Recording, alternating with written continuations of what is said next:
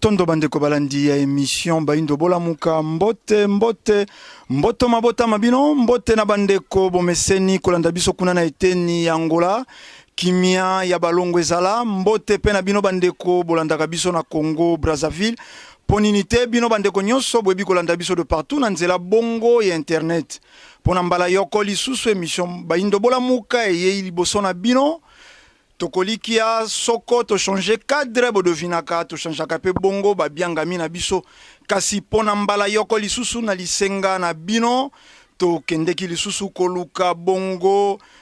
kimvuka ya baleki ya kimpavita oyo to yambaki pona mbala yoko nengwa to ngunza mwese epa ikani to zwaka tango ya kosolola na bango na maetala kibongo sanza ya bomwasi to mois de la femme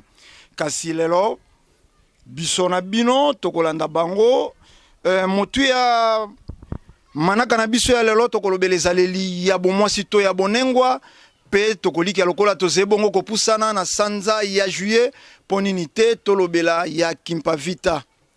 bailo poto balobaka éduquer une femme c'est éduquer toute une nation bongo détruire une femme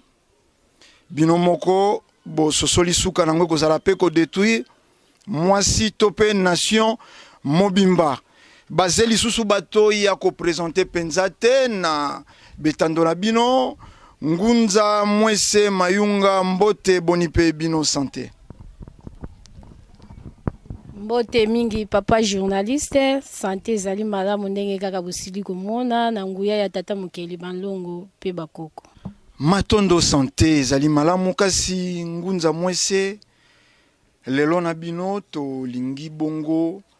to solola to ko bandeko balandi sika bazwami balingi bayoka to balanda bino kolobela ezaleli ya bomwasi to kosimbela yango na anglais nini po biso to kolikia soko to kolobela yango ezaleli ya mwasi ya moindo nyonso eza ya kukufe bandeliti suka to ebite to kosimbela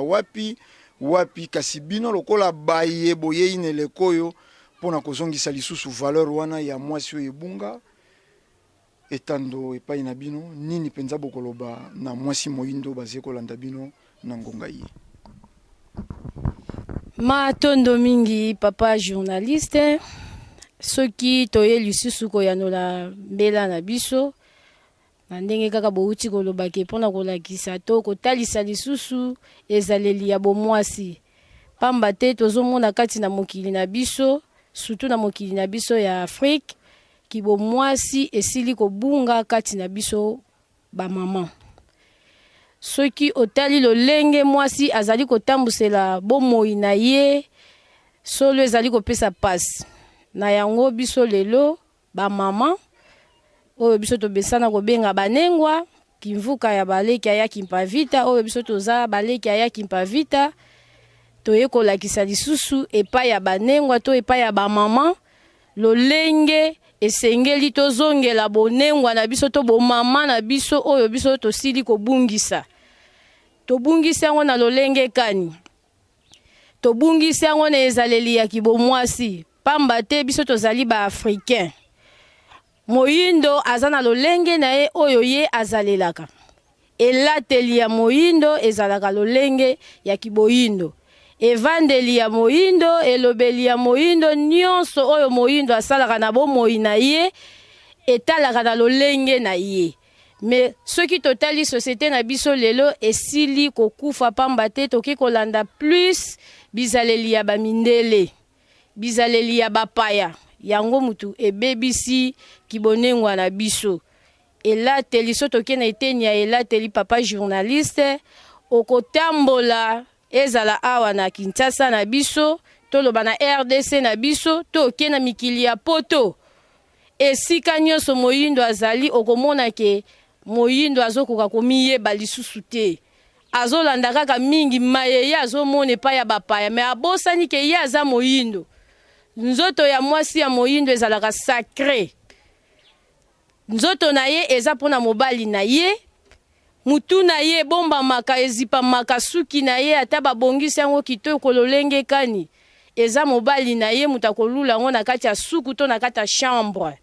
Me lelo soko tali bonengwa banengwa lolenge bazoko tamusela bomoi. Solo papa journaliste ezosala biso pasi yango wana lelo biso tozwaki mbela oyo keto tomonaki esengeli toya koyebisa bandeko na biso bayindo pe eye kobalana na sanza ya yaki mpavita o pazali mwasi atelemaki pa bundaki pona nini te biso pe totelema to bunda ye kutazalaki elenge ya 22 ans na ndenge tovandi awa na plateau na ndimi te ke mwana 22 ans azali mais na âge ya 22 ans abundaki etumba na monguna do na mondele mais alongaki pamba te azalaki kati na ye kati na bokoko na ye kati na bonzambe na ye soki lelo biso tozokutana na mikakatano nyonso tozokutana nango pamba te tozobima libanda ya bokoko na biso libanda ya bonzambe na biso yango wana tozomona ke tozokoka penza kodefendre kiboyindo te kibobiso te. Donc toyaki poto lakisa lolenge mwasi ya moyindo esengeli azalela kati na mabele na ye ya boyindo. Matondo papa journaliste. Matondo ngunza bo simbi kote ya yaki mpakasi nano penza tokomi kuna te po mituna mwa mibale to misato ekozala kasi bolobeli molato ya moyindo. Nzoka nde tokolikia kolata elamba eza kobongola eloko te liboso ya Nzambe. Toyebi te soko bino bokoloba na biso le contraire. Lelo toza na mboka oyo transport eza pasi yango basi balati ba pantalon pona facilité ya kowelela bongo transport. Bongo soko na bino ba mama ya vuvamu basusu ba kozwaka chance to libaku ya kokendaka mikili ya bapaya kuna bakokuta malili makasi hiver bakozala obligé ba se protéger moi collant moi pantalon moi mèche po ekanga malili ekota te na cerveau bongo ezobala na nini nesiko boteyi na bino kaka bato bonzambe bino boluki lisusu moni teke bino moko pe botindika bato babakisa matena molongo na bino po eza ba réalité ndeze kotinda basi balata moi pantalon awele la transport facilement surtout bandeko na biso étudiante mais pas na bino moi mibeko wana bokoki bolembisa ta mokete.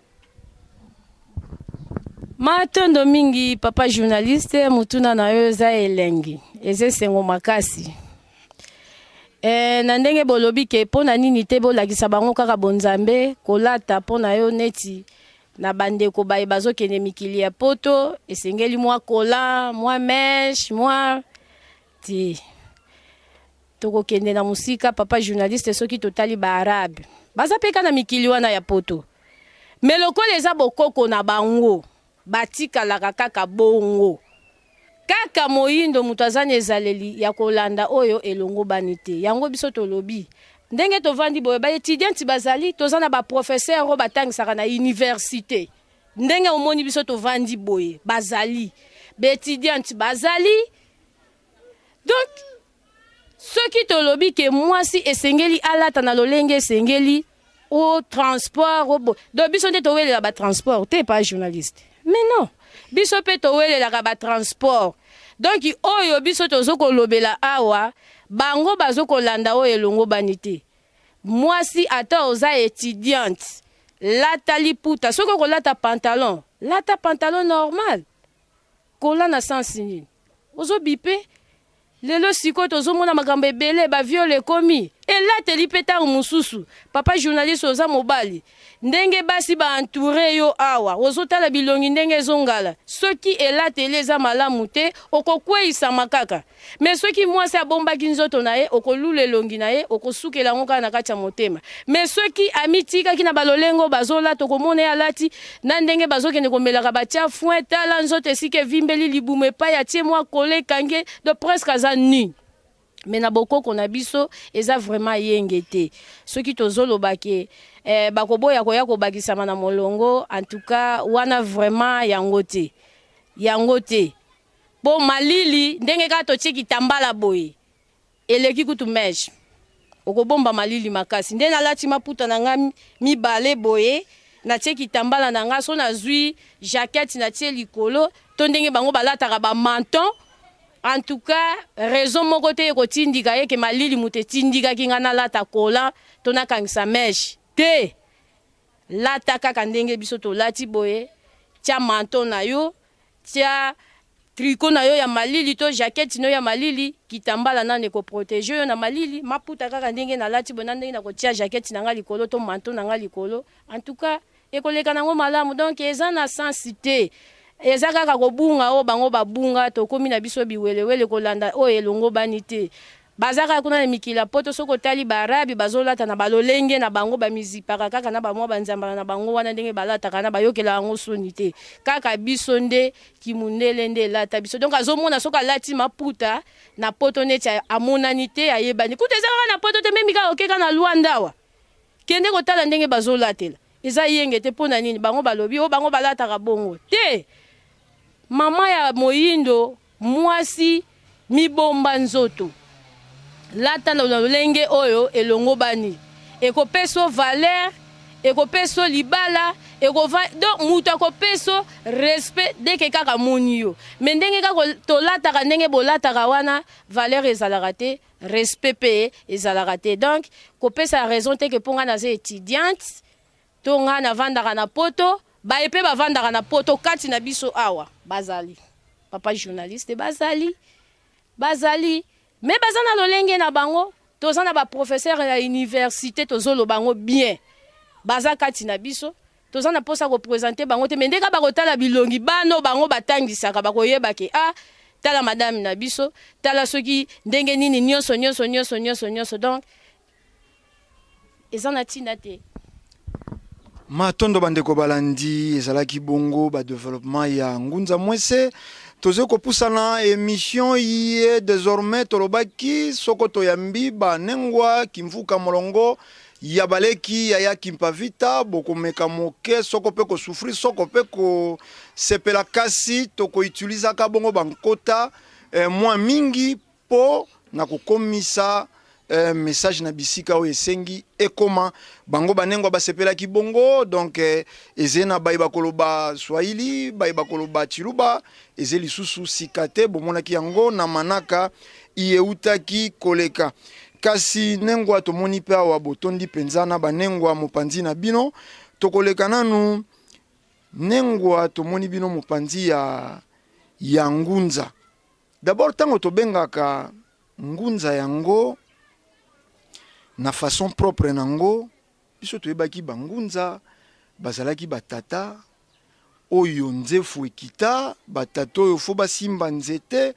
batata balataka mvwela kokia bimisa osete na libumu kasi tomoni mama na biso kitoko bato bakanisa lokola ma pasteur kasi tobengi bango ngunza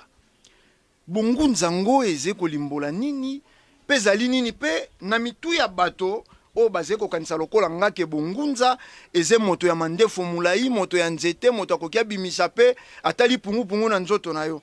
na bayo balandi sika komona ngunza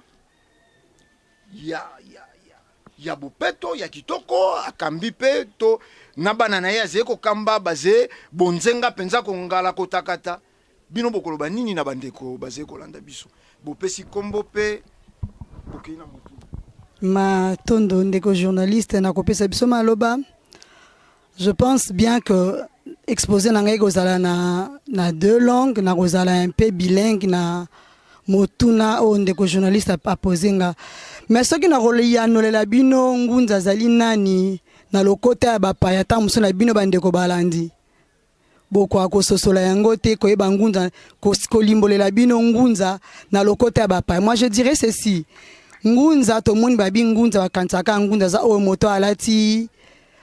soki aza mobali to aza mandefa pembe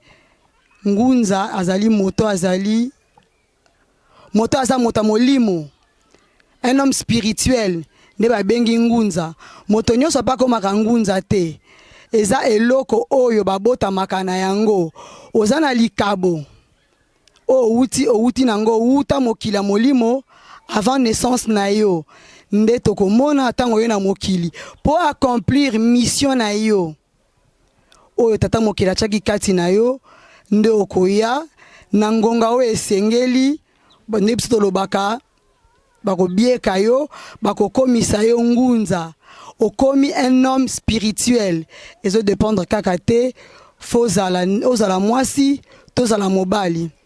soki tokokende mosika on a vu dans des époques intérieures il y a eu de reines il y a de rois donc soto moni roi azali reine pas azali baloba te kaka bokonzi ezalaka na mobali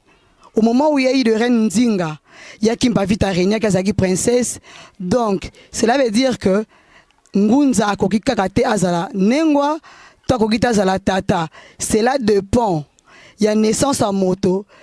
esika uti na libota na ye aza moponami uta de par na ye aye pour accomplir mission moko songolo selon le monde spirituel kati na mokili ya mosuni yango wana bakomisa ye ngunza oya kozala mokengeli ya bato yazo kamba oya kozala dirigeante oya kozala moto akolobela bato moko songolo na etenu yazo kamba na bandi ndeko journaliste soki na kokoki oyandola na etenu wana na bandi pour l'instant je m'arrête.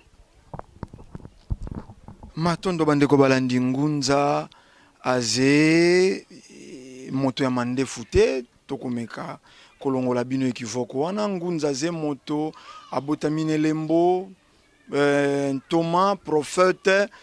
donc voilà na souci ya mondele koluka bongo ko diaboliser kiboindo yango wana amema lokola bongo soko kikombo ya ngunza e sone mabe yango ba mambweni bakima bakoma ba jetride yango ba lukombo bakima bakoma ba Nancy complexe d'infériorité to moni mama na ngai professeur de l'université batangi bino mingi tozalaki na bino na manaka eleki nga nalingaka napesa bino jambo to jambo yeno dada Mangaza. Aksanti sana mpasha habari. Nafurahi sana kwa kukutana tena kwa siku ya leo. Napita masiku mingi sana na japo tunapasha kuendelea na hii habari ili banduku yetu balamuke. Juu bakingali banaendelea tu kulala, bakingali banaendelea kuwaza mabitu enye haiko juu yetu si watu weusi. Nafurahi sana tena vile tunakutana na njoo hii siku ya leo tuko tunasema juu ya wamama. Wamama hawapende kulamuka, wamama hawapende kufata kanuni yao ya umama, hawapende kufata sheria yao ya wamama, hawapende tena kutimizia kiumama wabo. Njoo ile tunakuya tena leo juu ya kuwalamusha tu. Walamuke wapate fasi yao, waikale fasi yao. Asante sana. Aksanti sana.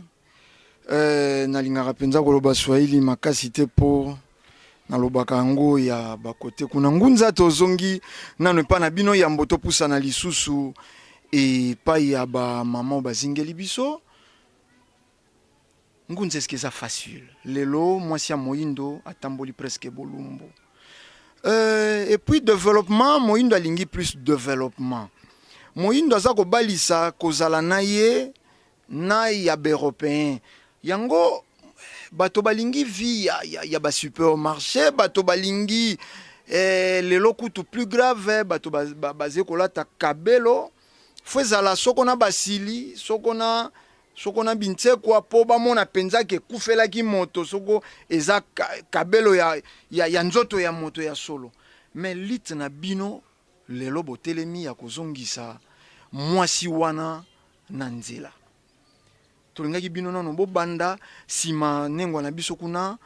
kaka na meme motuna eske eza penza facile mwasi wana azonga na ezaleli wana ya mwasi ya kala po ezaleli yango pe toyebi yango nano te toza komeka nano koyoka yango lelo eske eza facile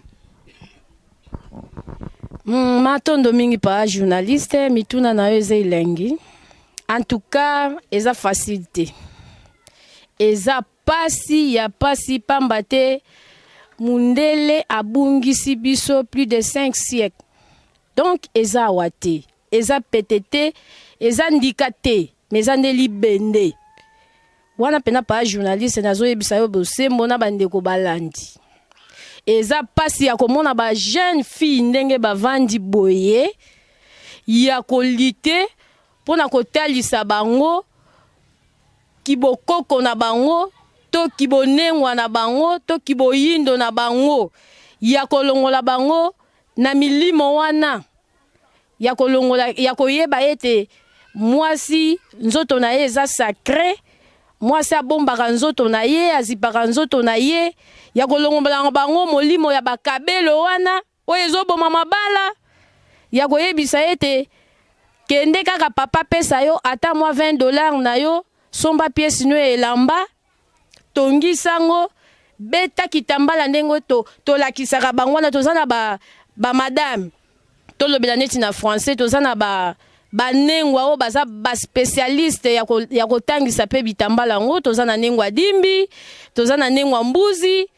baza makasi ya kolakisa lolenge nengwa kokoko kangela kitambala biso to kanga bitambala na ba forme nyonso. Donc yango papa journaliste eza pasi mais na nguya ya Nesongi Nzila papa nkusukia muzala mpanda na ngola tozo bunda lokola banengwa pe balekaka na formation totangaka nsiku tango otangi mokili ndenge tata mokela kelelaki mokili o comprendre nsiku mbala moko o regretter oyo yo misalelaki na bomoi na yo ndo moni ba mama to banengwa nga na mesana kobenga bango banengwa pona respect po talakaka. Donc eza facilité kasi tozo bunda nango omoni moyindo lolendo nde lati mingi azo nyo kwa mazo souffrir mais alingi ka kolanda ki mundele ndeka bauti koloba ba via ba supermarché wana alingi ba mona ye alati mwa kolan asimbi chassé asimbi téléphone ya munene azobima na supermarché wana ya mimonike yende menzoka nde via mutu eza supermarché te eza kabelo te eza kolante mais via mutu ezali oyaki na mokili oye kosala nini na mokili oza mwasi okobala okobota éducation nini okotika na bana na yo nini oyo kotangisa na mokili lelo tozana bayaki pa vita basi metala histoire na ye et puis mingi bisoka batu babola batu tozaka na balolendo wana lelo tozana mama présidente na biso mama Lembe vraiment na sepelaka na ye makasi na sepelaka ni makasi pamba te presque tout azana ngo mais mama na zana komikitisa moko na ndimite ke basi ya ba ministre mususu to ba député to ba PDG pe basi na bango pe balandaka balolenge wana mama wana tiaka sanya manioko na mutu na ye mama wana kendaka bilanga azaka plus na souci batu ba comprendre mukomso na zolanda ye na TV zo pesa témoignage na ye jeune fille jeune maman koyoka soni te tekisa eloko nyonso esengeli yo tekisa boyebi esika ngai nakutana na papa na bino don lokola papa président na biso papa Kabila nakutana na ye bisika ngai na banda kotekisela madesu na ngai mais eza deja ndakisa munene oyo azopesa biso mais tala kaka basi yango oyo mama wa yamba azopesa ndakisa wana be bango bazwika lolendo batie mais soko kepa na yo kokuta nyonso ezali azana posa kobima na mutuka azana nyonso mais susi na ye ezali batu nyonso bakoma lokola ye ndenge pe suso elataka biso soko moni mutazoni okoma na nzela okolala bien te de omoni komba o tozo bunda eza na balolenge wana eza etumba eza pasi metogolonga kaka na nguya tata mokili balongo na bakoko na soutien ya mpemba lunga pe ya papa nkusu kia muzala mpanda na ngola oyo azali père spirituel na biso azo ko encadrer biso nyonso ekotambola malamu elongo na ba mama na biso pe lobi bango pe bakokende kokamba biteni nyonso bakobima pe kaka bangunza lokola biso ndenge tobimaki bangunza po bakokamba pe ba mama babisika nyonso Matondo. Matondo na lisungi ya balongo pe bakoko mosala ekopusana tomoni mama na biso kuna toyingaki tokenda na même ordre di deux et ke yangunza d'abord bo reprochaka nini na ezaleli oyo mondele a installé lelo na femme africaine soko eza na eloko bino bo reprochaka moko eza neti nini po mondele akumbi pe mwa makambo ebele ya mwa bien pa ya ba femme africaine azo aye na mwa ba lait de beauté ezopesa mwa chocolat mwa c'est bon aye na mwa ba base aye na mwa ba vernis mwa déodorant aye na mwa talon aye na mwa sac à main bozo reprocher sika wa nini po biloko ya mwa bien pe loposo pe mbaye na sika wa bozo ko reprocher na nini vraiment Matondo mingi papa journaliste na opesa biso maloba pona ko reprocher mundele lolenge bolobeli bon koloba ndenge bolobi ke baye na vernis baye na mwa sac à main koya na vernis koya na sac à main eza mabete mais ezali ya biso te ezali oyo ya bango ezaleli na bango ekosuka bobele epai na bango eza pona biso te pona kotala bakoko na biso bakoko na ndimi te ke bakoko na biso basalelaka ba vernis oyo ya mindele baya nango nga nazoyeba bakoko na biso bazali kosalela makasa ya ina tonda kobenga ngo ina ba makasa wana yango bakoko basalelaka ngo na kolika ntango bakoko basalelaka ngo na ndimi te ke banda koloba bazali kobima mabe bazali kobima mabe te eza kaka motema mabe ya mondele amonaki ke abungisa kaka ezaleli na biso wana po tolanda oyo ya bango eloko penza ezaka mwa pasi yango wana epuis pe na elateli wana bango bayelaki biso ndenge balelo tozomona ba jeune fille basopani na elateli wana pe yango nde ekotisi susu motema mabe makasi na biso aotala lelo amoni moninga alati eloko boye eloko wana alati ezosala motema pasi kaka ye pe azala na yango azala kaka na eloko wana ok so tolandeka lolenge na biso bakoko batambolelaki na ndimi te ke motema mabe ndeke kota makasi epai na biso eloko kaka nga na boyaka epai ya mondele ya wana lolenge akotiselaki biso ba pantalon akotiseli biso ba meche wana donc yango nde kaka eloko ya pasi namonaka epai ya mondele Matondo toze kopusanaka malembe penza na manaka na biso bo sosoli intervention ya nengwa na biso tozalaki pe na ya biso ina to ba mama bazalaki na ya bango ina bo taxenga te pona lobi tozalaki na ya biso to komi na suka kuna mama na biso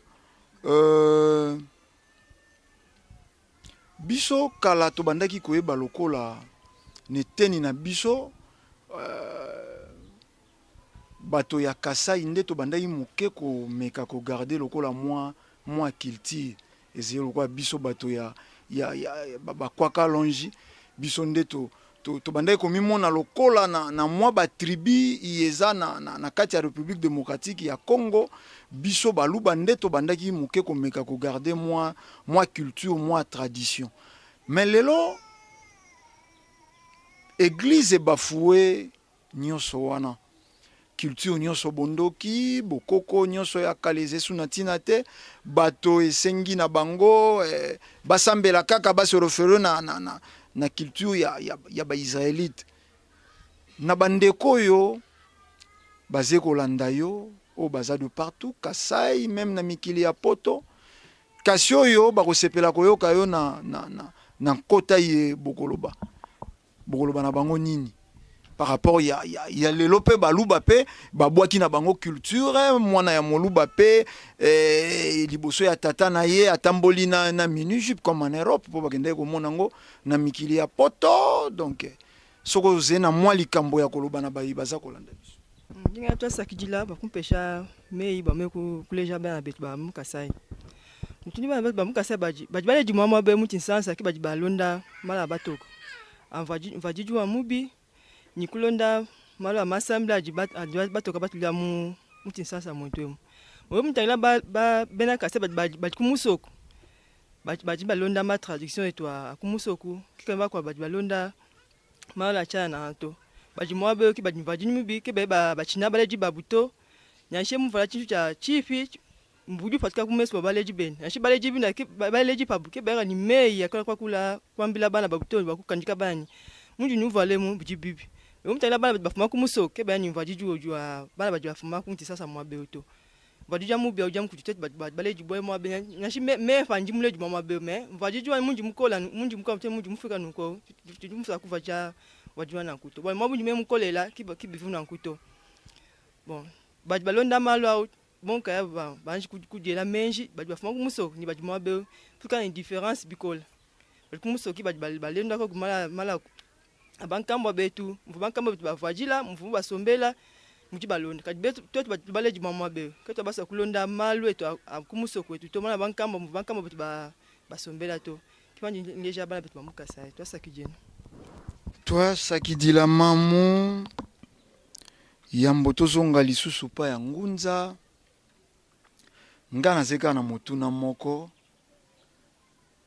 susi nanga baye na baye o ngana yambi banengwa bengi ngunza baloba eloko moko na bankota na bango oyo bandeko bazeko landa biso bakoki ba bénéficier nango po lelo nengwa lobi tozaki na baina na biso ba mama bazaki na baina mondela yako boyisa biso baina po ye akotisa bongo ezaleli na ye kasi mama na biso kuna ne bandeli na ebite intervention na bino soko kozala na nkota nini kasi nazongi lisusu na motuna na tunaki fasi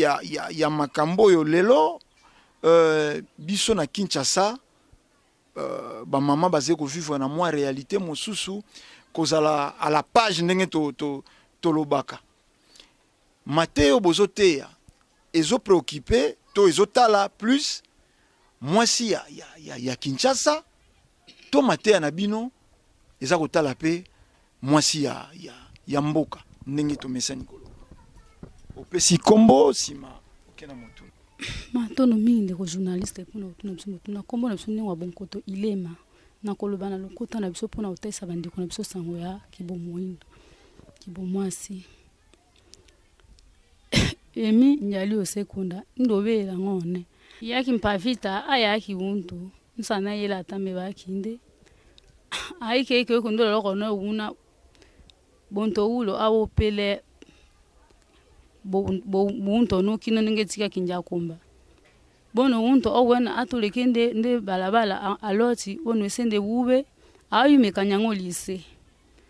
lokho no una bana abantu bana bala kaka banyango nso banyango topola kaka lenkina bana tatu yela ke bizaleli biki ondele bondele uko yalibo lolengelo okinde nso bonto ulo tochika to yaki bono unto asula kende la nyango esengele ola keke bono kyo unto balako ola kake oyalo no unto enda ochino bokende ke wongone endo chindo kila ka wongone bakela ke ngona kila ke ngone ayake ke nso anyango to senye bana akele ntsina yake ko bokilongo kite ngone nso to ine modernisation ola ngalunyolo la ngalo tunu enso ndi akamba ki bankoko bonkoko puya liobe banka inkinsa yake oloti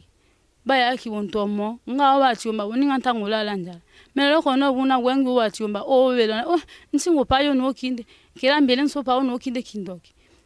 banka ikusa tawewe yombeli nandoki banka nso baya ki bomoko doki baya langa ki wuke melo ko botemo bebongo pende nso mpiza bongo pende ko iko nso tunguno lempa tuntsana yela tambe baki yaki mpavita nso bangu me bakinde tochi bana ba into lo tambula ninge longo bani ngonemba ngunze nkisa tepe tongo pite onkoko tongo pite to ya lebolosi nyango ba nyango lolaka na ba into bana ba into ali bantana babo makabionge bikyo bana ba into boto kenende ndebuko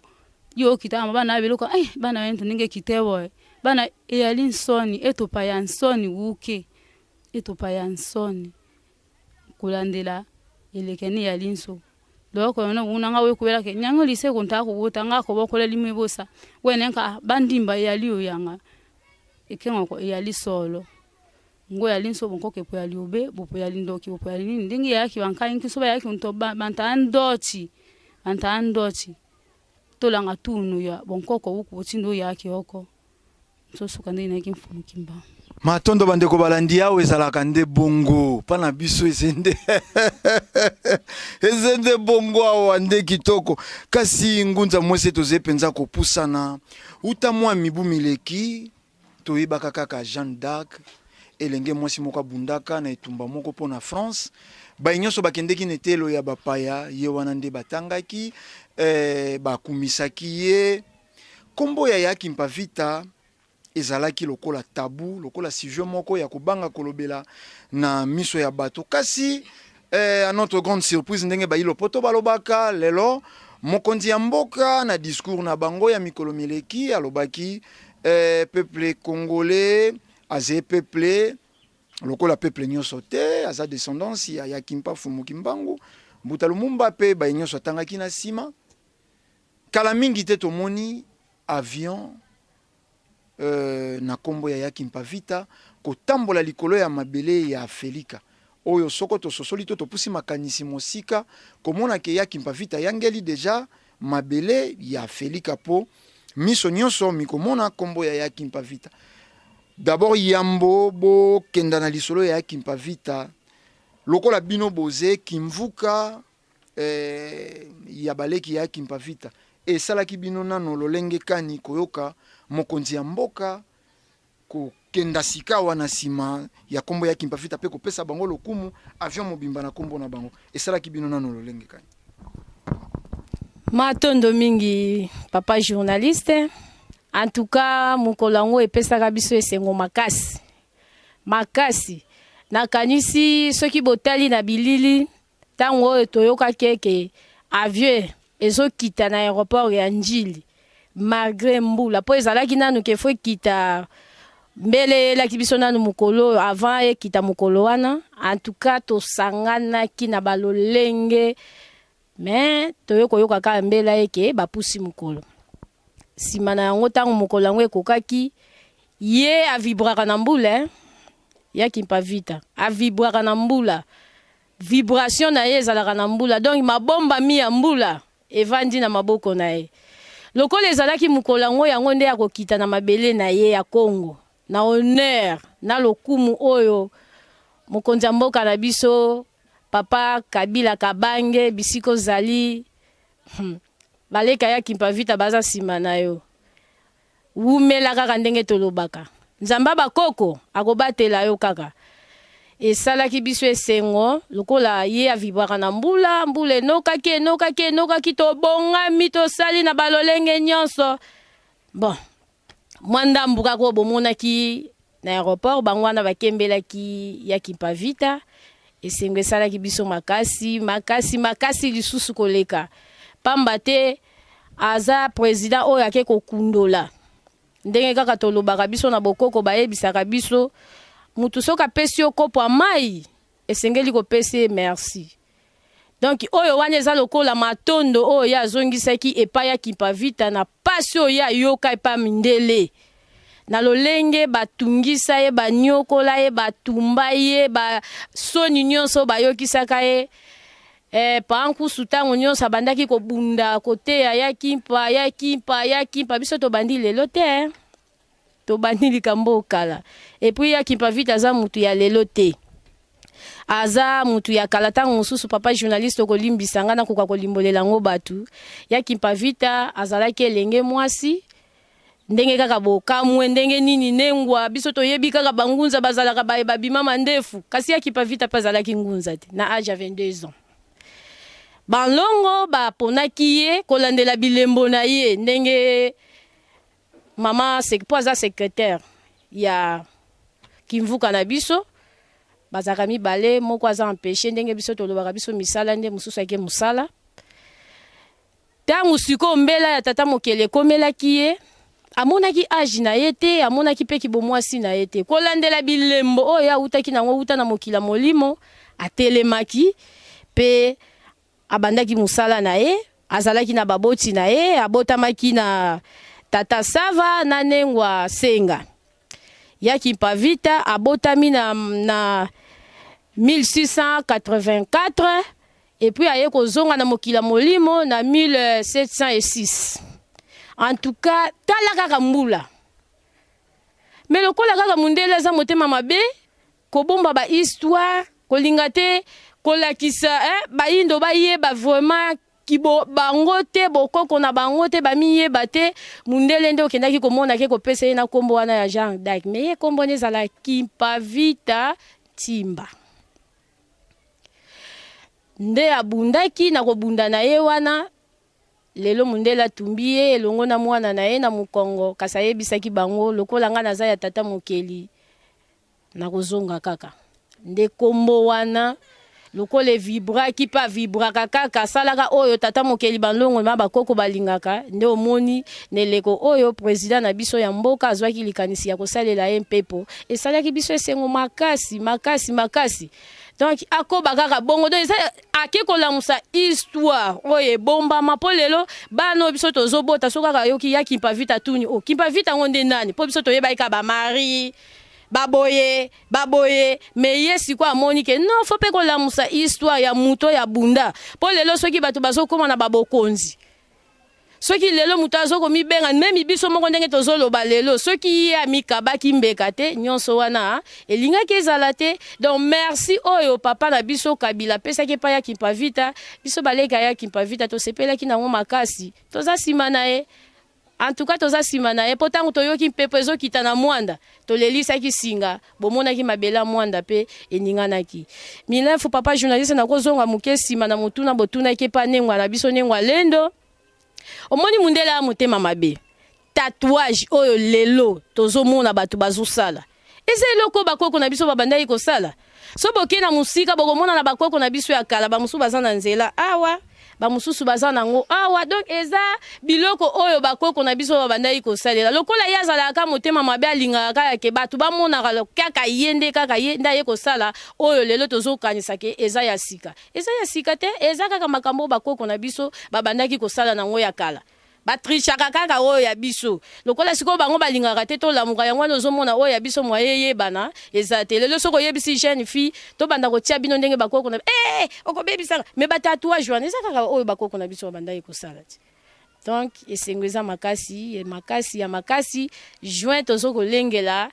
po juillet tosalaka milulu ya minene ya makasi na kasi tokozanga pe kobengisa yo te papa journaliste elongo na bandeko na yo boya kotala biso baleka ya Mpavita na juillet le 2 juillet wana tosepelaka lolengikani matondo bandeko balandi malembe toze kopusana le 2 juillet tolaki pe bino kaka na nzela ya etando po etando ezalaka radio te bokomona bilili lolengekani bayeye babanda kombo ya Mpavita na mokili oyo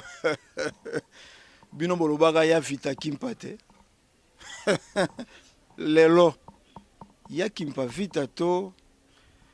matondo na baluki awa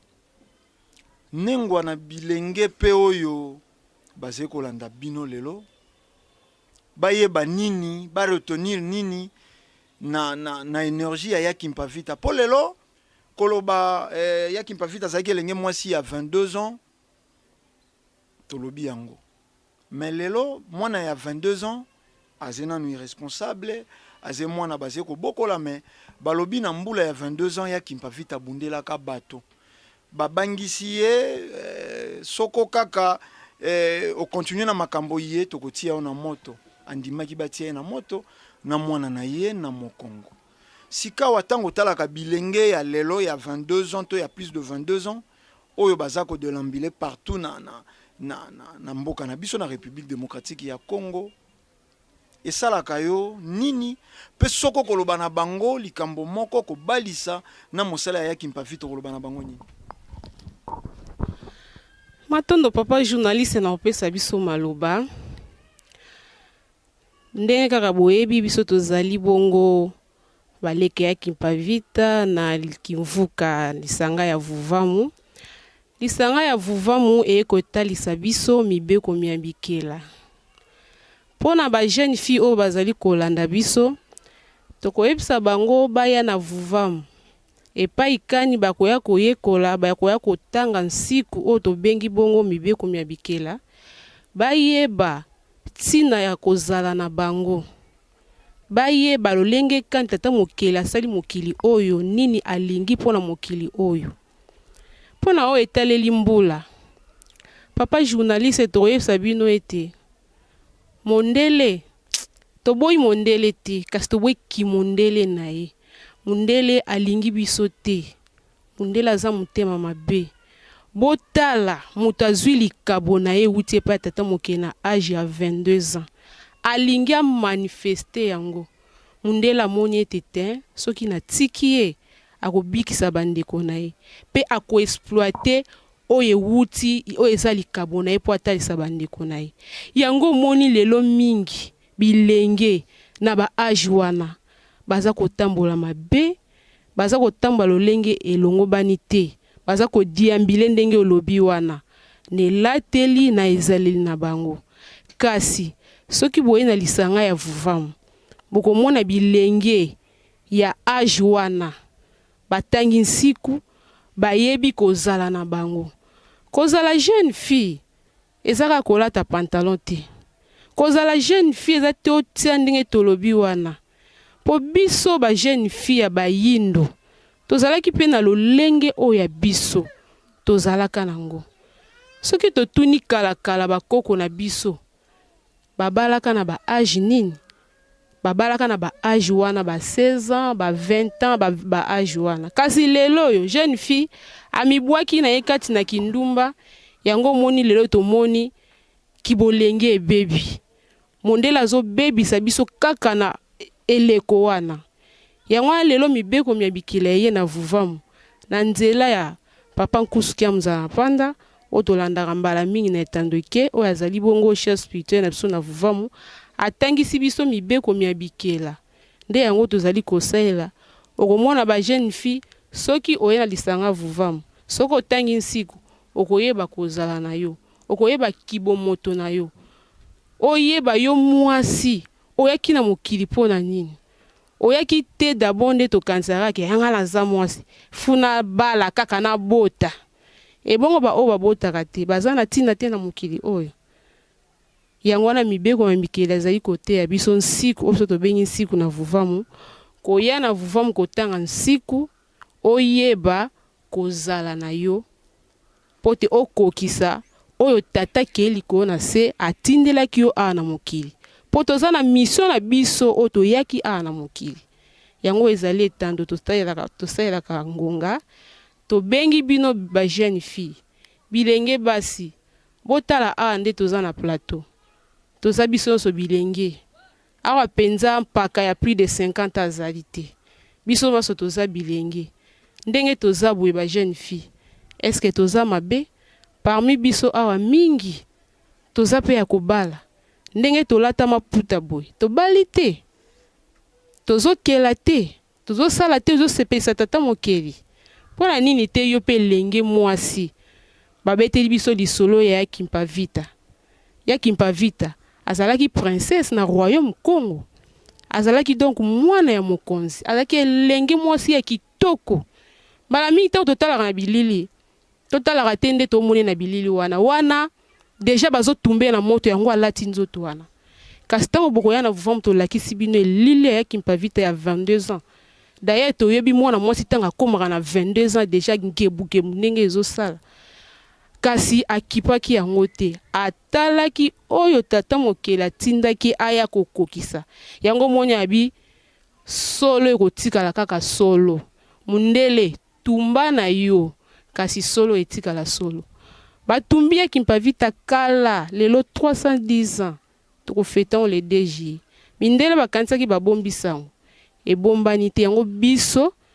baleke ya Kimpavita na lisanga ya vuvamu to lisusu tokundola yango po tolakisa bandeko na biso basi lolenge kani ezali na biso bamama ekoki bongo kozala po tokokisa mission to etinda oyo tata mokili atindaki biso awa na mabele totondi bino botondi matondo biso topesaka moto tango azwa tango ya kolakisa to ya komanyola ya ye bongo makanisi kasi nalingaki tozonga lisusu na loboko na ngai ya bomwasi lokola motuto lelo to lobeli bongo ezaleli ya mwasi pe bongo ya Kimpavita azali nani nangaki natuna na mama na biso aza mopanzi lelo to tango tolobeli ezaleli ya mwasi toza victime ya mwasi oyo ameki kovivre moke na Europe. Mwasi wana a vivre contraire po politique ya loposo pembe protéger mwasi protéger mwana et protéger mwasi et protéger ebwele tonyama exposer mobali. Mwasi akotinda mobali sokola basani mwasi akotinda mobali semaine eza semaine ayo ya kolamba sika wa message na bino face ya basi oyo deja bakotisi makanisi ya lolenge wana na motu na bango ayebi ke ye aza likolo supérieur ya mobali po akuti politique wana na mboko ya vivre ekomi lokola ezaleli etikali bongo mobali azalaka na dernière position même soko aza kobokola ebwele na ye ebwele wana aze ko représenter valeur mingi koleka mobali. Message ya vuvamu eko valoriser mwasi africaine face ya bizaleli wana soko bokolo bana bango emo to boko bunda na yango lolenge kani po eza fleur ezo ko exister peza ko zo ampleur lelo na mokina biso komiti awa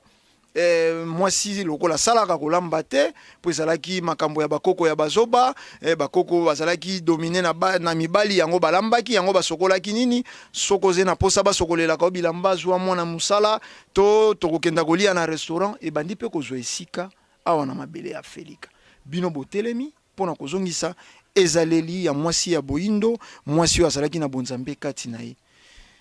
bokoloba nini contre fleu wana. Merci encore, papa journaliste. Na perception maloba. Ngana koloba boy. Tout dépend ya départ ya likambo. Tozana était na bapa ya balobi na biso mwasi babenda kié na mopandia mobali. Soit disant. Mais si on n'est pas na biso, on te dira que mwasi na mobali ba salama ka bango mi balé ensemble. Tobima na mipandia ya mibali te. Eza départ na bango ndeza mabe ndezo sala que moi ça zala na droit sur mobile na eteni na bango soko ye na vuvamu ne tobi vuvamu eza etelo c'est toute une école o bazo tangisa bato bakolakisa oke mwasi aza la femme soumise mwasi o ami kitisaka devant mobali mwasi aza na se parce que c'est le mari qui est le chef de la famille mobali ndaza mokonzi soki lelo tomoni mondele na eteni ya Europe a pesi mwasi privilège wana a privilégié bana a privilégié mwasi na yebi système politique na bango te pona limbolango lolengo esengeli menga na lobi tout cela dépend ya départ na bango depuis création na bango bacha mwasi likolo lokola mwasi abimaki na mopanza mobali bazui un être faible que mwasi a supportaka makambo te mwasi ko supporter choc te nde ba monaki pona ko favoriser mwasi tout en sachant que l'homme aza mokonzi akozala supérieur likola mobali pona ko favoriser mwasi o wana nde balingaki ba commissaire lisusu faible libosa mobali nde ba pesi ba privilège wana ya ko soki ndeti mwa mobala beti mwasi nde tokaka na Europe mwasi bengi la police baroya bakangi mobali bake na to soit disant bako bengano pe na ndako toyoka ka pe mwana na âge à 18 ans akomi na indépendance moko boye akoki asenga même ndako baboti po ya akokisi 18 ans bako bimisa baboti et puis batiki mwana na ndako biso na bayinde lokwa ni salemaka te tata na mama na création basalama bango mibale devoir ya mwasi na ndako eza soumission quel que soit niveau na yo mwasi abengami kozala na soumission o babengi soumission totale c'est l'homme qui est le chef de la famille o mato kita c'est l'homme qui donne les ordres quel que soit ton niveau atoza licencié atoza docteur en parce que pour tout le monde peut basi ya baindo ba docteur ya en bazali bazu betide na bango ba commission ngolo lendo biso na baindo loko anezali te ndenge tozali boye ndenge na bandi bandeko balobi basi mabala bazali basi opena babali te na bandi bazali ba professeur bazali ba yope bakenda na mikili ya poto bazali bayebi lolenge nini biso totambolaka na vuvamu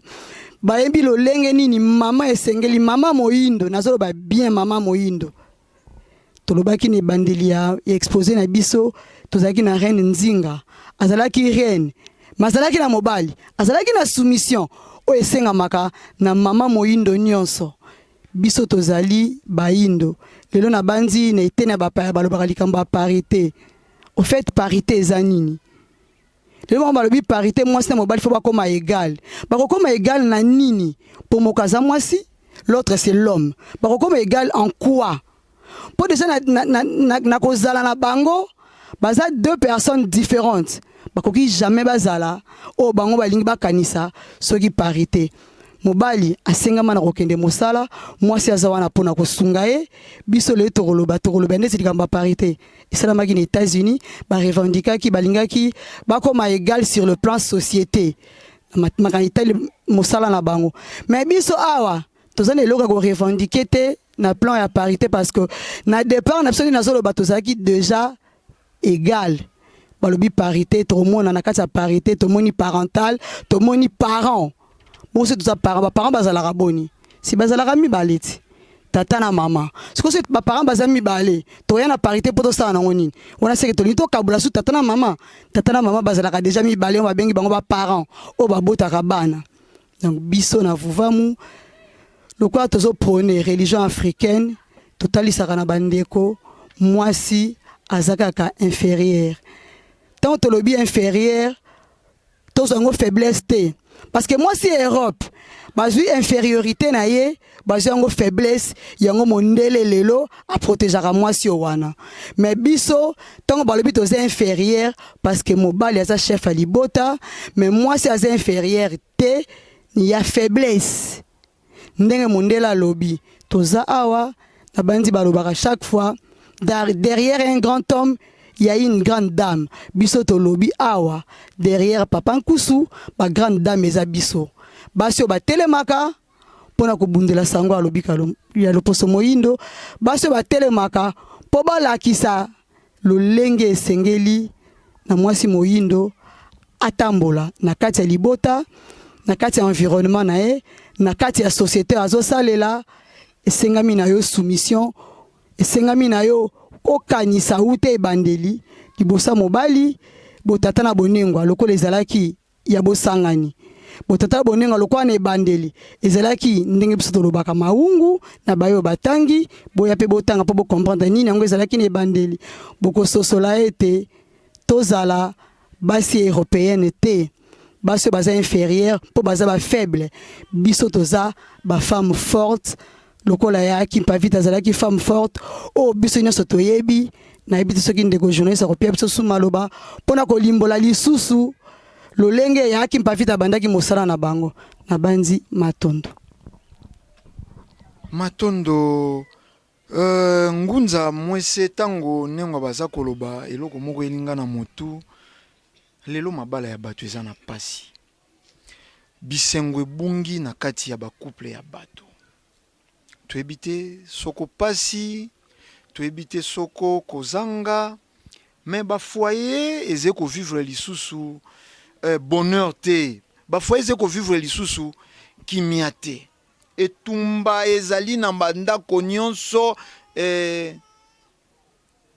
même motuna totuni kuna ezalaki na eteni ya Europe mais basi pe ya biso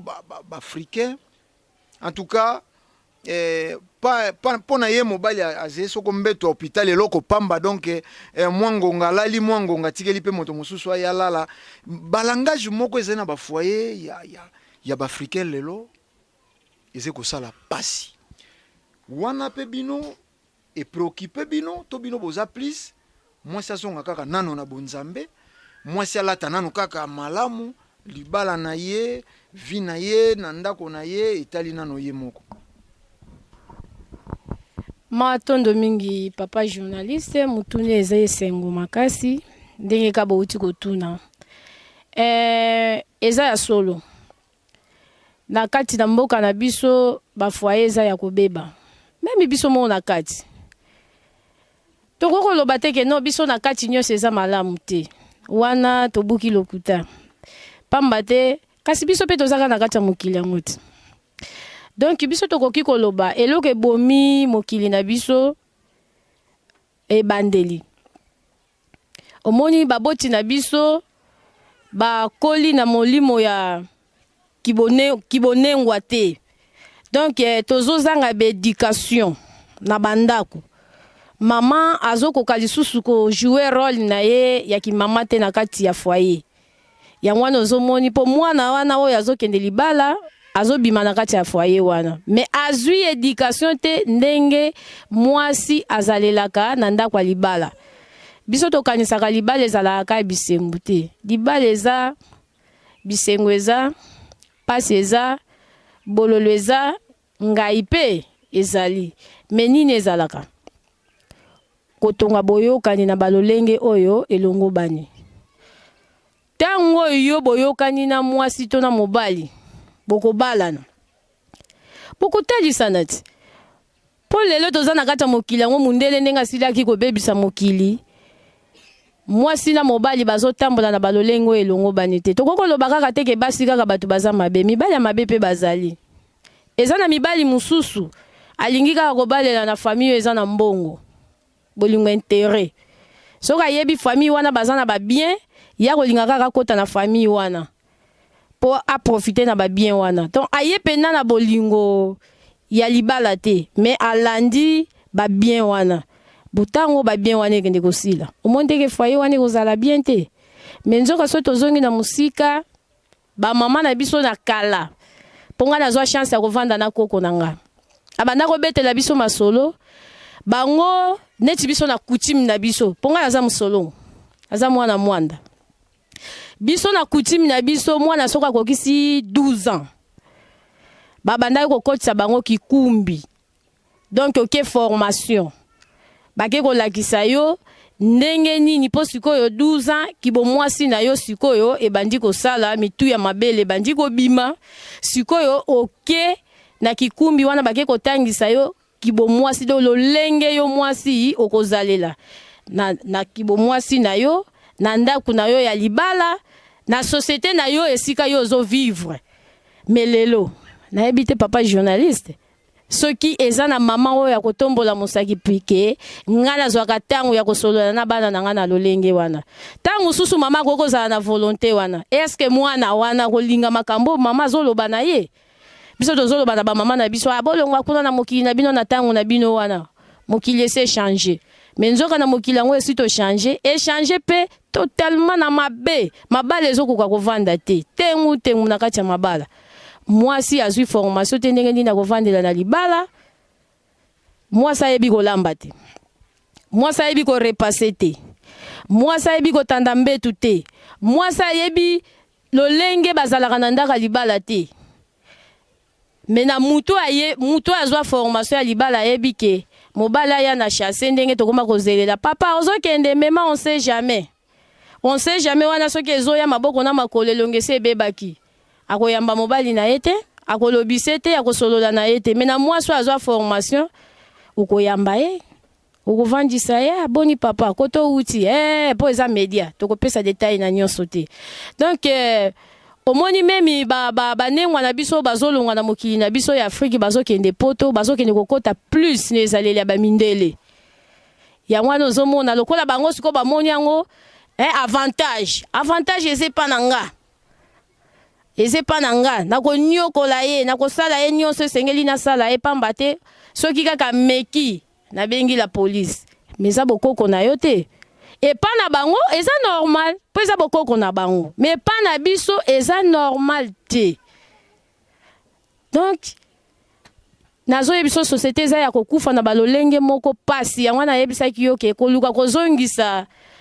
bonengwa to boyindo na biso eza ndika te papa eza libende pozwa kaka bato yango babebi pendant 5 siècles o nazoyebisa yo na basi na mibali. Donc eza devoir munene eza pasi to bunda nango memi biso to yambaka ba foyer ezongisi bo esali bo emetozwa katangu bovandi bosololi na mwasi bosololi na mobali bisengo eza mingi na bano bazoya na ba age moko ya se malgré wana pasi eza kaka po eza na baboti mususu azo préférer atinda mwana na yake ndeko lukela ye mbongo. Donc mwana akomi lokola commerce na ye yo kutovandaka na ndako awa pasi musupe tokutana nango na kovutra awa yo zolata kitambala nana komona yo nzoka neza question nana komona yo te mais alingi mwana mitika na milimo ndambu wana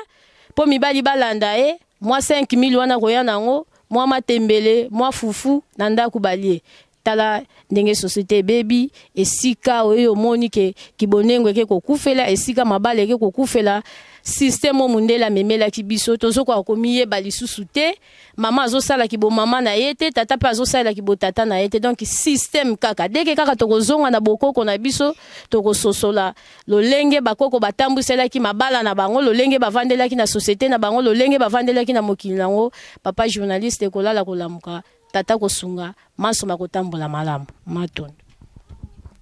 matondo bandeko balandi toze penza kopusana na suka ya manaka na biso kasi tokokabwana boete soko tokopesa moko tata mwa liloba ya bokabwani kasi motuna moko eyelaki biso nengwa totuna ngo na professeur c'est vrai bokolimbola na nkota na bino kasi lelo ekomi normal phénomène ya kobwaka bana esika moko moto mosusu akoti nganga po aluka mabota kasi kote moko kobwaka bana ekomi nango pe normal na société na biso ekamwisaka pe bato te kofongola bachaîne ya télévision ata na bachaîne misato to mine babwakaki bana pauvreté molimo mabe to wana lisusu ndenge to mesani koloba wana lisusu kaka mondele moto akoteli femme africaine to femme congolaise na bozoba wana et puis bo profiter ko kenda na maloba ya conclusion poto komi penza na suka ya manaka na biso. Aksanti sana ndugu mpasha habari na maulizo na niuliza. Ndiyo takujibia kama ni wazungu tunjo wanatuletea ile maneno yote. Tulikuwa na wakati wa zamani batate wetu hawakujua ile neno ya kutosha mimba ya kutupa watoto. Juu kwetu kwa asili yetu mtoto iko kitu yenye tunaheshimia sana sababu ni elimu inatoka kwa Mungu. Na ule mtoto vile anakuya inafaa tunampokea, inafaa tunamshughulikia ili akuye aoneshe alama gani alikuwa nayo kudunia, akuye kutumika, akuye kuionyesha. Lakini vile wazungu walikuja wanatukimbiza na asili yetu, atujijue tena, wanatutilia mingi distraction. Tunakuwa tunaishi na ushupavu. Tunakuwa tunaishi, wanatuletea pombe, wanatuletea mafilme ile tunapasha kuona yenyewe watoto wa kidogo hawapashe kuona, wanaona maneno yote nafanyika ndani ya chumba, watoto wanakuwa wanaiona kubaraza, watoto wanakuwa wanaiona nje. Watoto hawajue tena namna gani wanapasha kutumika, kuikala kunyumba kusaidia wa mama wao, inafaa wanaenda kutembea, hawajue kazi. Na mtoto anaeneza miaka 12 hajue kupika, hajue kushona, hajue kushota maji, hajue hata neno moja. anajua tu kunywa pombe, anajua tu kwenda kutembea, kuhangaika kukosa neno ya kufanya. Inamuletea nini? Inamuletea sasa ile tunaita undumba. Mtoto anakuwa akisha kuona ile filme, akisha kukunywa pombe, mawazo inakuja tu sasa, inafana mimi nipime vile niliona ku ile filme, hivi na mimi nijue nekalaka namuna gani. Masomo, hapende kusoma, hajue kazi. Wazazi vile vile kufata societe wazungu walituletea, kufata maadibisho wazungu walituletea. Wazazi vile vile wanapuuza shamba walikuwa wanalima, wanapuuza makazi walikuwa wanafanya, wanapuuza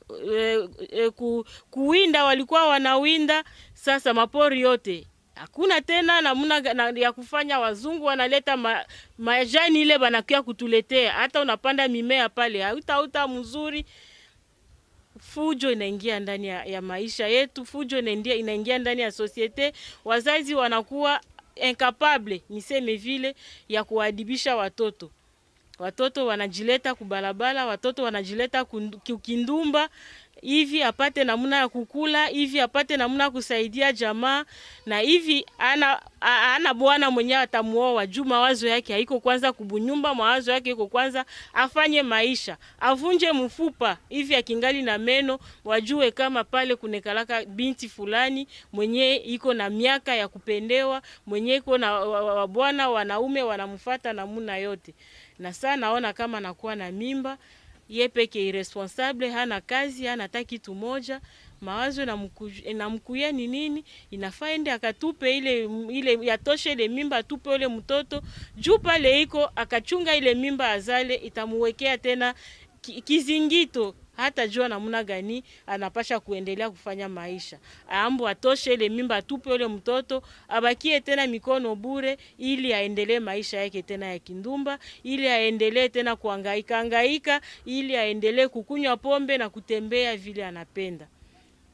Ile yote ni maadibisho wazungu walituletea. Juu kama tunaangalia mzuri wakati yetu ya wazamani, ile yote haikukua. Wazungu wakati wanatuletea matelevizion, wanatuletea ile mafilme pornografike enye hata mtoto wa miaka 10 anaangalia. Kutelevizion tunatia matelevizion ndani ya nyumba, mashene yote banatia ile mafilme pornografike, awachague saa ya kutia. Watoto biko wanaangalia, wazazi biko inje, watoto wanaangalia televizion, ile mafilme yote iko inapita na watoto biko wanaona, na mawazo inabakuia kukichwa. Sasa inafana si tupime namuna vile tuliona, tuone namuna gani inafanyaka. Ile yote ni wazungu ndio walituletea hayo.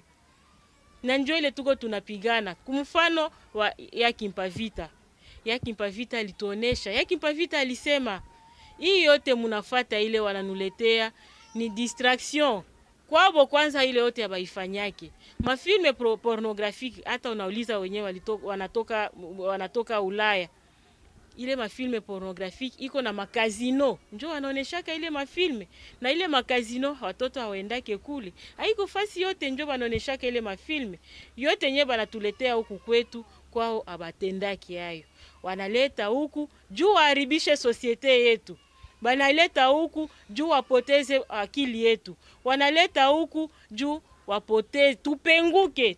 tusahau njia yetu enye tulikuwa nao wakati ya watate, tusahau njia enye tunapasha kufata juu ya kuokoa mwingine yetu, juu ya kuokoa Afrika yetu. Na njoo maana balimuchomaka Yakimpavita. Anaeleza wandugu wake wote kama musifate ile wanakuya nayo. Ile yote wanakuya nayo ni juu ya kutupengwa. Juu tupengwe, tupashe kuache societe yetu, tupashe kuacha umali yetu. Wao wale ni wizi, wao wale ni wauaji, ndio banakuya juu bakie kutuangusha vile vile. Musifate hata ile Biblia, musifate juu ile mingi baliandika ndani ya Biblia ni vya bongo. Na ile Biblia ndio yenyewe nakia tena kutulalisha usingizi zaidi. Juu wakati wanatuelezea seme mtu akakupiga kofi kuchafu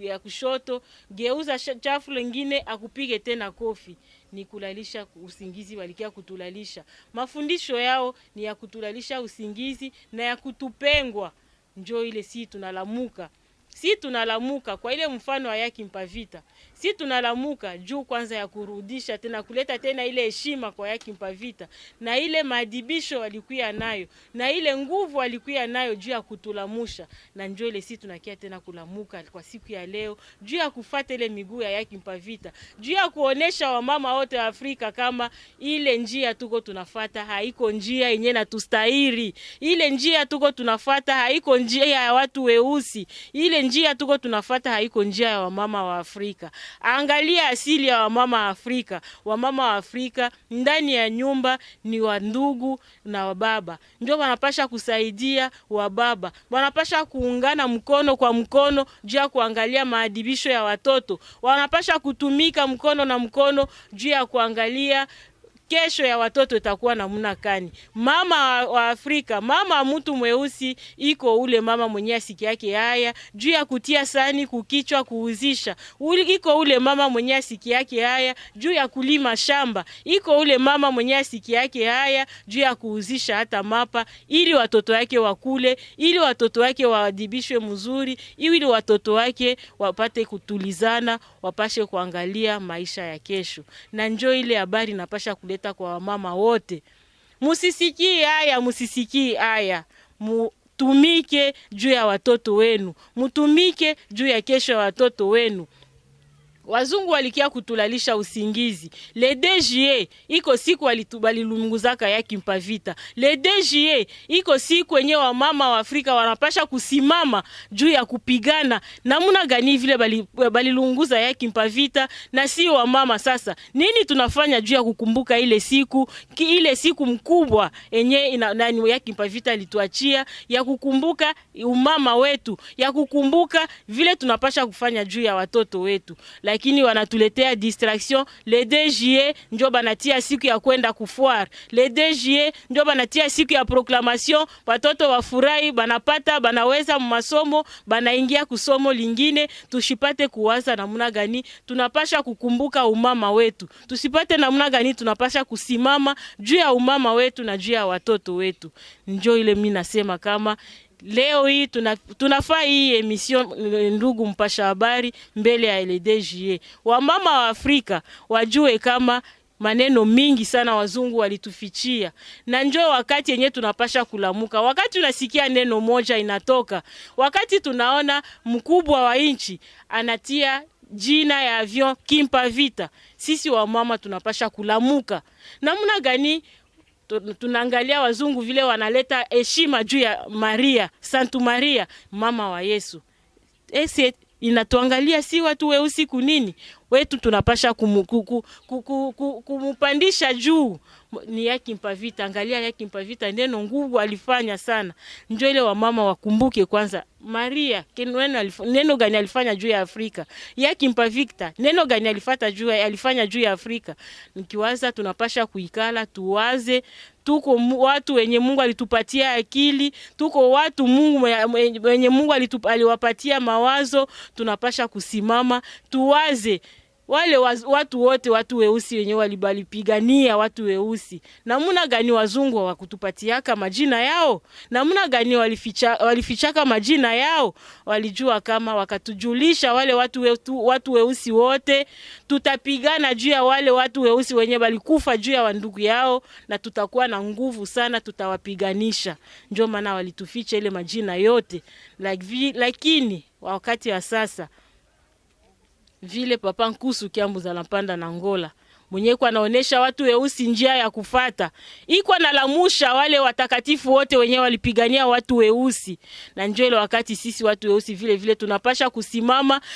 kufata ile majina yote biko banatupatia, ili Afrika ilamuke tena, Afrika ikuwe tena na ile nguvu ya zamani kunjia ya wale watakatifu wote wenye biko natulamushia nao. Njoo ile mimi nalomba kwa siku ya leo. Mimi naomba kwa watu weusi wote, wamama wote wa Afrika, mulamuke, mujue kama mama njole mwenye analamukaka juu ya kuchunga baba na kuchunga jamaa na kuchunga mwingine yake. tuache kufata yote ile wazungu walituletea. Ni distraction sur distraction, ni kutupengwa na maisha yetu ya watu wa Afrika, ni kutupengwa na maadibisho yetu ya Afrika, ili tusipate namna gani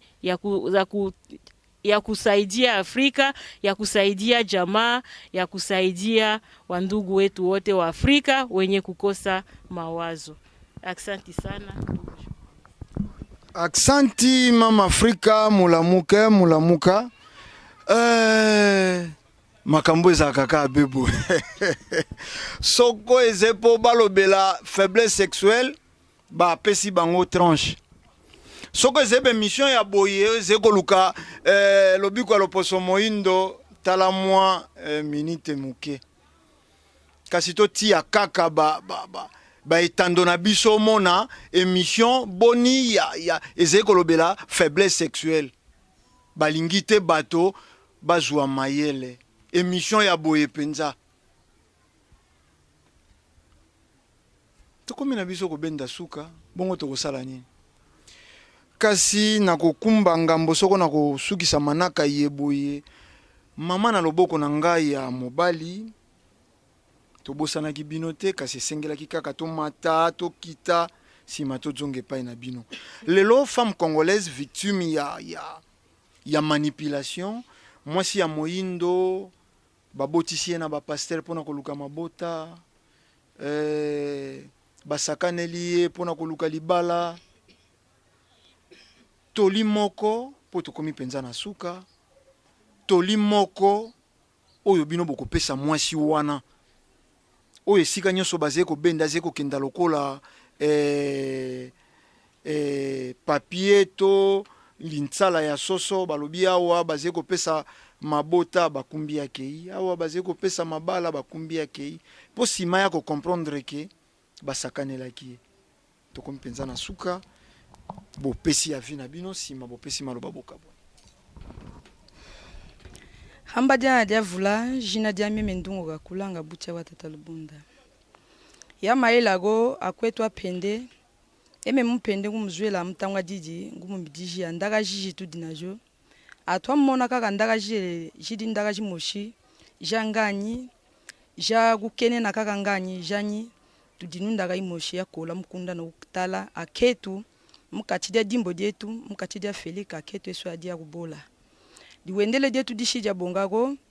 guzolela gwetu gishiwa bongago ikaluli yetu ishia bongago utwamena dia tata mukeli watu kila mukutetu eswe hene eswe tamagana mukatidia kimfuka dia baleke ya kimpa vita mukunda no guzwela mukunda no gudijia mukunda no guleza ketu tubembe wendelo dietu tuvutue tuze tutange pila amo tutange seswe pila motuleza pila chitajo wenda mukatidia mavuawa pila chitajo katwa mukatidia lamba pila chitajo katwa mukati jagu kangamana kutumu wende sa kubola jimbo tubata mukatidia kubola hene sweta magana mukunda nuguleza ketu hama mujenu mumotu hata ngamo jinzo jenu ngamo njila ngamo tumio tuvenu mukangi o mayenugo kangulu lenu mutuve mututale muje ichiene tumuzwelela mkunda na aketu eswe guma gomdienu eswe tudi aketu tanu bumba mwila wetu tanu jia guzwela gutwamena dia atu eswe tanu jia guzwela gutwamena dia yala tanu jia guzwela gutwamena dia netu pila chitombo bata ichiene tombo aleza hamene yambo buta bundu di moshidia bonga jambo bata dimbo di gutwamena dinu hene tumuzwela mtangwa didi eswa ketu tudi atu watu mbatisa dimbo tudi eguma twamena tan mona ta mukachija mangumba watu muya anzwela hama konda ketu gimagi moshia bonga gishimkalako hama hadina ketu bundudi moshia bonga dimzoga hene maeno eswa ketu pila tamagana enwa ketu esomu mvagu magumdi zugenu magnenu gizenu tuhatenu tuyeguma twamena tubate bundu didi no hosua ngasuki sanganyi mujine defumugimba hata suki sanganya wana ndo basuki wana makambongo ngunza tokomi penza na suka penza na suka tokolika bandeko bakotoni biso rigueur te po tozena pression kuna na bandeko na biso ya eteni ya regi moya kozongisela bango ata maloba ya bokabwani ezate ngunza nemo na liloba moko bato ba retenir nini soko tozongeli motuna touti kotuna pa ya mama na biso na loboko ya ngai ya mobali mwasi obino botelemeli lelo po bobundela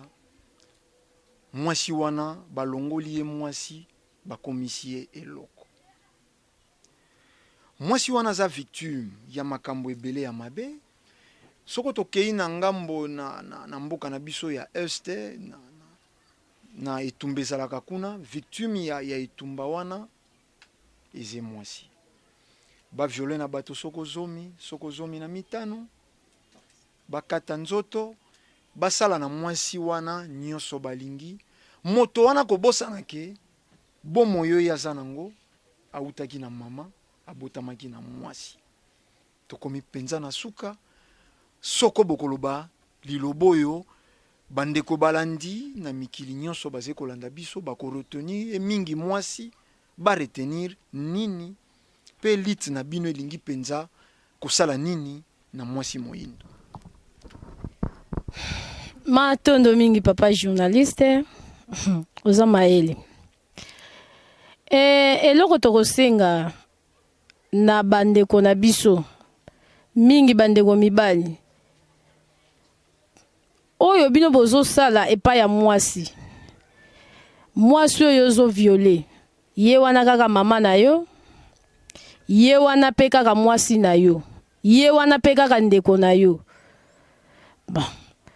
nga na kolobela ko ezosala bino bongo kozanga bonzambe po yango mutu ezosala oyeba te ke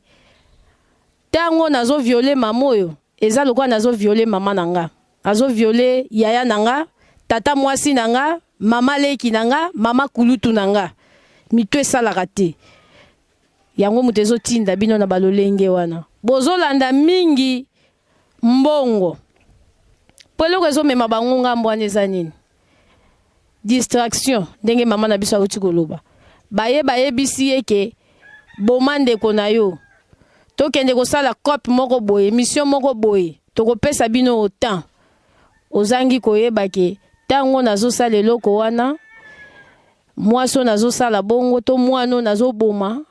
aza mwana nanga eza penga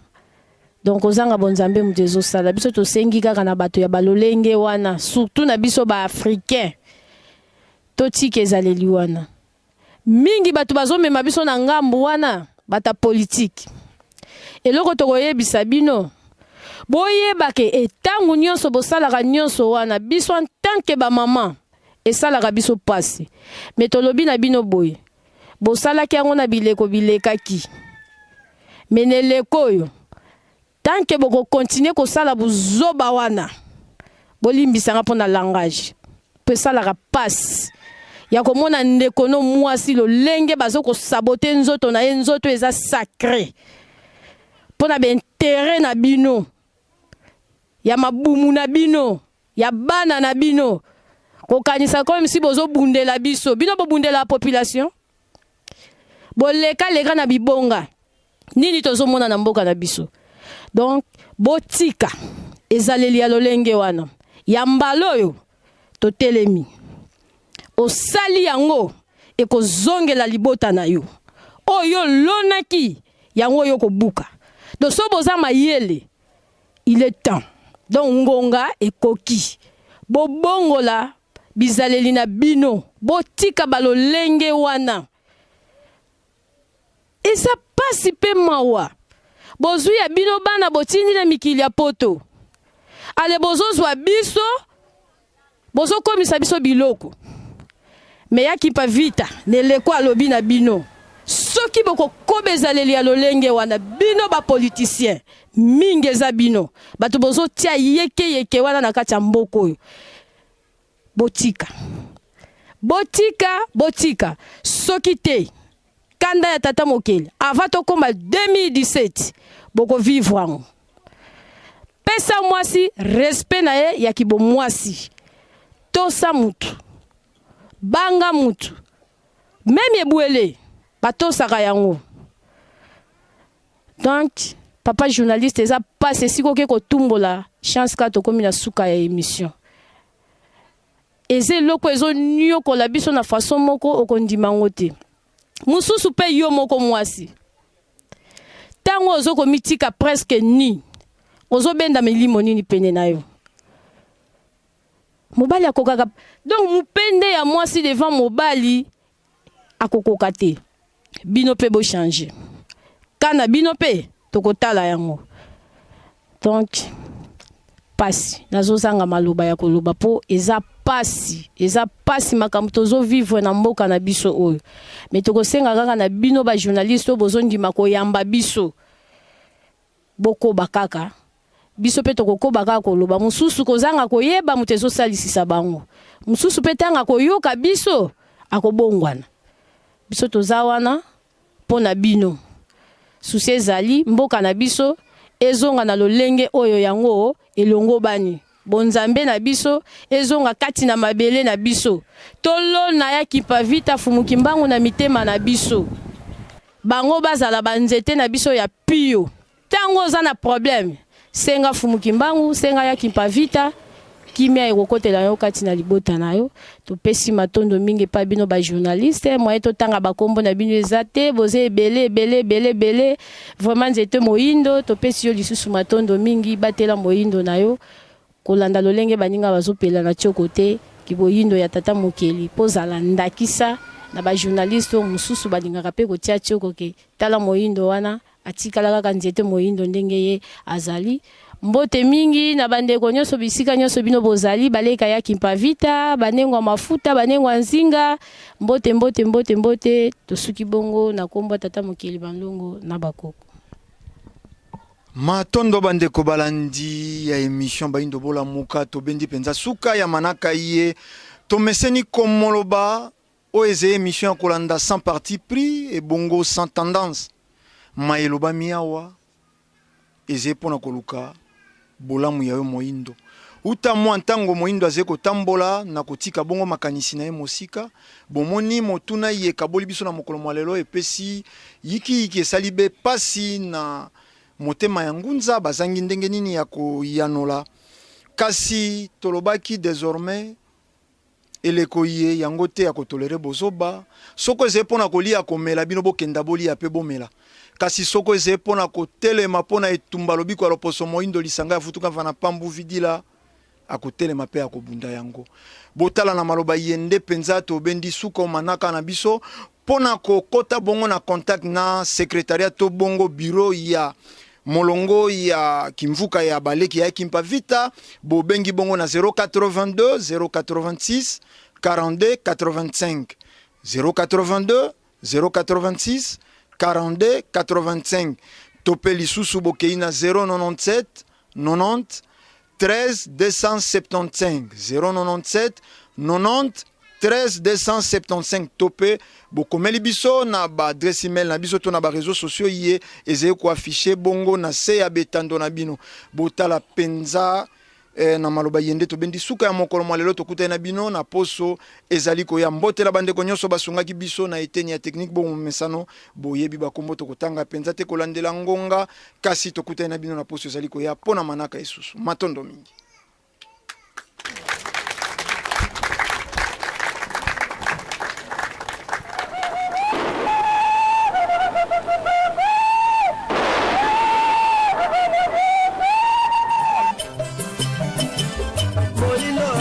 Patieno,